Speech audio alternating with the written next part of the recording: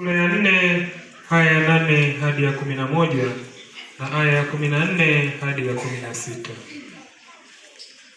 Ikawa siku moja Elisha alikwenda Shinemu, na huko kulikuwa na mwanamke mmoja mwenye cheo, naye akamshurutisha aje ale chakula.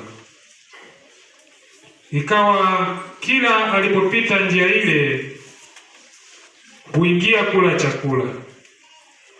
Yule mwanamke akamwambia mmewe, tazama, mimi naona ya kuwa mtu huyu apitaye kwetu mara kwa mara ni mtu mtakatifu wa Mungu, na kuomba tumfanyie chumba kidogo ukutani, na ndani yake tumwekee kitanda na meza na kiti na kinara cha taa, na itakuwa tujiapo ataingia humo. Ikawa siku moja akafikia huko, akaingia katika chumba kile akalala.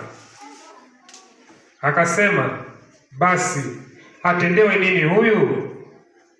Gehazi akajibu, hakika hana mwana na mmewe ni mzee. Akamwambia kamuite. Naye alipokwisha kuitwa akasimama mlangoni, akasema, panapo wakati huu mwakani utamkumbatia mwana.